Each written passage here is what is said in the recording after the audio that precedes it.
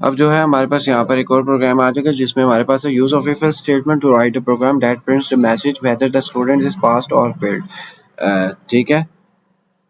When we are assigning a value to a variable, यानी कि run time के ऊपर हम किसी भी वेरिएबल को वैल्यू असाइन कर रहे होंगे जिस तरह हमने स्टेटमेंट के अंदर हमने असाइन किया था, इसी तरह हम यहाँ पर इफ एल्स स्टेटमेंट के थ्रू हम एक प्रोग्राम करेंगे जो एक मैसेज प्रिंट करेगा कि स्टूडेंट पास है या फेल्ड है। बट उसमें जो है हम वेरिएबल को वैल्यू रन टाइम पर जो है हम असाइन करेंगे। तो सबसे पहले हम अपनी लाइब्रेरी लिख लेते हैं हैश इंक्लूड, ठीक है, स्टूडियो डॉट एच, ठीक है, और दूसरी लाइब्रेरी हमारी hash include conio dot H, ठीक है, और दूसरी हम यहाँ पर वॉइड मेन लिखेंगे। वॉइड मेन के बाद जो है हमने यहाँ पर वॉइड लिख दिया और यहाँ पर ब्रैकेट डाली, ठीक है, और यहाँ पर क्लोजिंग ब्रैकेट भी डाली। तो मेरा ख्याल है पिछले 2 वीडियो में वॉइड मेन की मेरी क्लोजिंग ब्रैकेट मिस होगी, ठीक है, तो आपने ये मिस नहीं करनी, ठीक है, लाजमी जो है आपने ये ब्रैकेट्स जो भी आप ओपन करते हैं उनको लाजमी क्लोज करना है, वरना आपका प्रोग्राम गलत हो जाएगा, रन भी नहीं होता और अगर एग्जाम के पर्सपेक्टिव में देखा जाए तो आपके मार्क्स कट जाते हैं। तो अगर आपने चैनल को सब्सक्राइब नहीं किया, चैनल को सब्सक्राइब करें और बेल आइकन पर क्लिक करें ताकि ज़्यादा से ज़्यादा जो है हम आपके लिए कंटेंट लेकर आएँ। तो सबसे पहले हम यहाँ पर जो है अपना यहाँ पर वेरिएबल डिक्लेयर करेंगे, इंटीजर टाइप का वेरिएबल है तो यहाँ पर हमने यहाँ पर मार्क्स नेम का वेरिएबल डिक्लेयर कर दिया। हमने यहाँ पर जब मार्क्स नेम का वेरिएबल हमने यहाँ पर डिक्लेयर कर दिया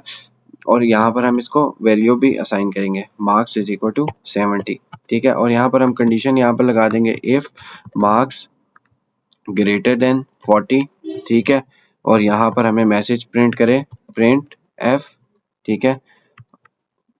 बैक स्लैश एन हम यहाँ पर डालेंगे बैक स्लैश एन, ठीक है, और यहाँ पर हम स्ट्रिंग में कंटेंट लिख रहे हैं इसलिए इन्वर्टेड कॉमास में आएगा, ठीक है, कॉन्ग्रेचुलेशंस यू हैव पास्ड, ठीक है, और यहाँ पर हमने इन्वर्टेड कॉमास बंद किए और यहाँ पर हमने सेमीकोलन स्टेटमेंट के एंड में डाला, यहाँ पर हमने कर्ली ब्रेसेस भी बंद किए और यहाँ पर एल्स की स्टेटमेंट भी बनाएंगे कि अगर स्टूडेंट के मार्क्स 40 से कम हुए तो फिर भी हमें मैसेज दिखाए। तो इफ एल्स में यही होता है कि हमारे पास यहाँ पर दो कंडीशन होती है, पास की भी होती है और फेल की भी होती है। अगर कंडीशन सक्सेसफुल हुई तो ये प्रिंट होगा, अगर कंडीशन फॉल्स हुई तो एल्स की स्टेटमेंट रन होगी। यहाँ पर अगर हमारे स्टूडेंट के मार्क्स 40 से नीचे होते हैं तो हमें क्या प्रिंट कराएगा, हमें यहाँ पर ये प्रिंट कराएगा यू हैव फेल्ड, ठीक है, और यहाँ पर हमने ब्रैकेट बंद कर दी और यहाँ पर हमने क्या किया, यहाँ पर हमने वॉइड मेन की भी ब्रैकेट यहाँ पर बंद कर दी, ठीक है, ये जो हमने ओपन की थी यहाँ पर हमने बंद करनी है, पिछली वीडियोस में हमने मिस कर दी थी, ठीक है, बट आपने मिस नहीं करनी है, वो बाय मिस्टेकनली हमसे वीडियो बनाते हुए मिस हो गई। तो जस्ट हमने यहाँ पर किया क्या कि रन टाइम पे हमने वेरिएबल को वैल्यू असाइन कर दी। आप डिक्लेयर करते वक्त भी वैल्यू असाइन कर सकते हैं और नेक्स्ट स्टेप में जिस तरह मैंने यहाँ पर वेरिएबल को वैल्यू असाइन की कर सकते हैं। जो भी वेरिएबल को वैल्यू हमने असाइन की यहाँ पर हमने कंडीशन रख दी कि अगर मार्क्स 40 से बड़े हैं तो यहाँ पर ये प्रिंट कर दे, अगर 40 से कम है तो यहाँ पर हमारे पास ये प्रिंट हो। तो हमें आउटपुट में क्या दिखेगी, हमने यहाँ पर वेरिएबल को वैल्यू पहले असाइन की हुई है तो हमें आउटपुट के दौरान नहीं हमसे वेरिएबल की हमसे वैल्यू नहीं पूछेगा। तो यहाँ पर हमारे मार्क्स क्या थे, 70 थे, तो हमें यहाँ पर मैसेज प्रिंट कर देगा कॉन्ग्रेचुलेशंस यू हैव पास, ठीक है। और अगर यहाँ पर लेट सपोज अगर हमने एल्स की स्टेटमेंट भी रन करके देखनी है, अगर हम यहाँ पर 20 लिखते हैं अपने प्रोग्राम को चेक करने के लिए ठीक लिखा है कि नहीं, तो यहाँ पर हमें वो अगर अब हमारे मार्क्स के हैं 20 तो यहाँ पर एल्स की स्टेटमेंट रन होगी क्योंकि कंडीशन हमारे क्या है, अगर मार्क्स 40 से बड़े हुए तब स्टूडेंट पास होगा, 40 से कम हुए तो स्टूडेंट फेल होगा। तो यहाँ पर हमें दिखेगा यू हैव फेल्ड, यानी जब आप वेरिएबल को वैल्यू प्रोग्राम के अंदर ही आप दे देते हैं तो आप आउटपुट के दौरान सिर्फ आपको आउटपुट दिखती है जो आपकी प्रिंट होके आती है कंडीशन की बेसिस पर, मगर जब आप वेरिएबल को वैल्यू आउटपुट आप रन टाइम पे असाइन नहीं करते, आउटपुट के दौरान वैल्यू यूजर जो भी वैल्यू इनपुट करता है उसकी बेसिस पर आप आउटपुट दिखाते हैं, तो तब जो है उस बेसिस पर आपको आउटपुट दिखती है। यानी दोनों में ये फर्क है कि आप अगर रन टाइम पर वेरिएबल को वैल्यू असाइन करोगे जिस तरह ये रन टाइम पर हमने असाइन की तो हमें इसी की बेसिस पर जो है हमें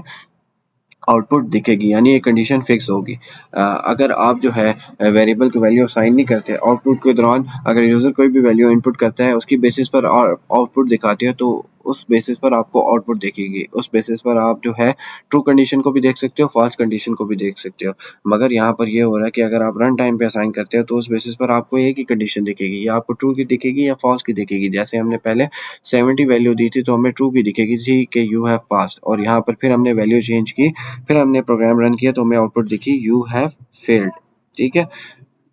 तो इतना सा जो है ये प्रोग्राम का कॉन्सेप्ट था, और यहाँ पर मैं गेट सी एच लिखना भूल गया था। ठीक है, तो आपने लाजमी गेट सी एच यहाँ पर लिखना है। शायद पिछले प्रोग्राम के अंदर भी लिखना भूल गया हूँ, बट गेट सी एच इसके बाद आपने लाजमी लिखना है। ये वॉइड मेन के साथ हम लिखते हैं, इसका ये मतलब होता है कि कोई वैल्यू रिटर्न नहीं करता। ठीक है, तो गेट सी एच आपने लाजमी लिखना है। तो उम्मीद है आपको ये कॉन्सेप्ट समझ आया होगा। ठीक है, कि हम वेरिएबल को वैल्यू असाइन करते हैं, उसके थ्रू हम किस तरह प्रोग्राम लिख सकते हैं अगर हमने रन टाइम पर वेरिएबल को वैल्यू असाइन करनी है, या फिर जो है अगर हमने आउटपुट जब हम प्रोग्राम को एग्जीक्यूट करते हैं और आउटपुट के दौरान अगर हमने यूजर से वैल्यू इनपुट करानी है, और हमने यूजर जो वैल्यू एंटर करेगा उसकी बेसिस पर हमने आउटपुट दिखानी है, उसके थ्रू जो है हम प्रोग्राम को किस तरह राइट करते हैं।